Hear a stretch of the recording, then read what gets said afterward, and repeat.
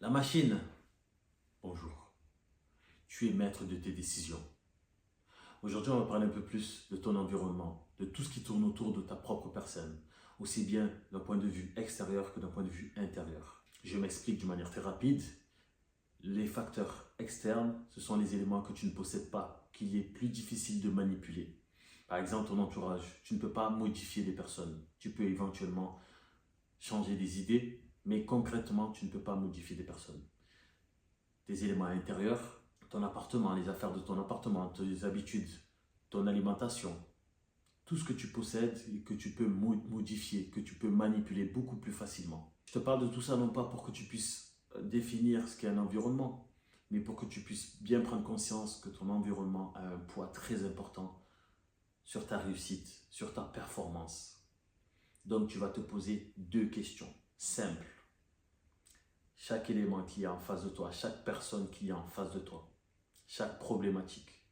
Est-ce qu'il s'agit d'une menace ou est-ce qu'il s'agit d'une opportunité? Tes éléments intérieurs, tes affaires dans ton appartement, rangées.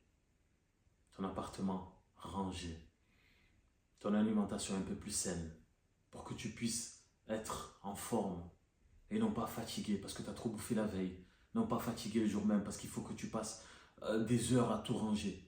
Fais-le quotidiennement, un tout petit peu, de manière à ce que quand tu te réveilles, tu es apaisé, tu es calme. Tu peux concrètement attaquer tes projets, ton travail, les éléments extérieurs. Un peu plus difficile, ça va être dur, mais il faut que tu le fasses. Parce que le côté sentimental va rentrer en compte. Qu'il s'agisse de ton ami, de ta femme, de ton mec, de ton propre sang, c'est-à-dire les personnes de ta famille. Si la personne bloque ta route, essaye de faire un tri. C'est temporaire. La personne, si elle ne le comprend pas, tant pis pour elle. Elle va pouvoir en bénéficier lorsque tu vas grandir, lorsque tu vas atteindre la réussite. Si elle n'arrive pas à le comprendre, tant pis pour elle. Mais fais un tri, même dans ton entourage. Je prends un exemple dans le sport. Pourquoi dans le sport? Parce que je suis baigné dans ça. Dans le sport, on a tous une personne qui nous traîne, qui essaye, entre guillemets, même si c'est malgré elle, qui essaye de nous convaincre à faire autre chose.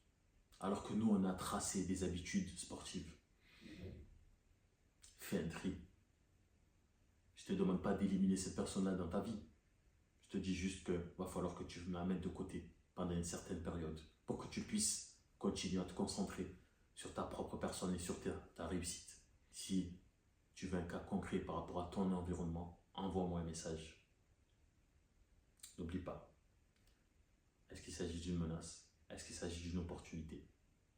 Crois-moi que si tout est rangé, si tout est clair dans ta vie, tu n'auras que des opportunités.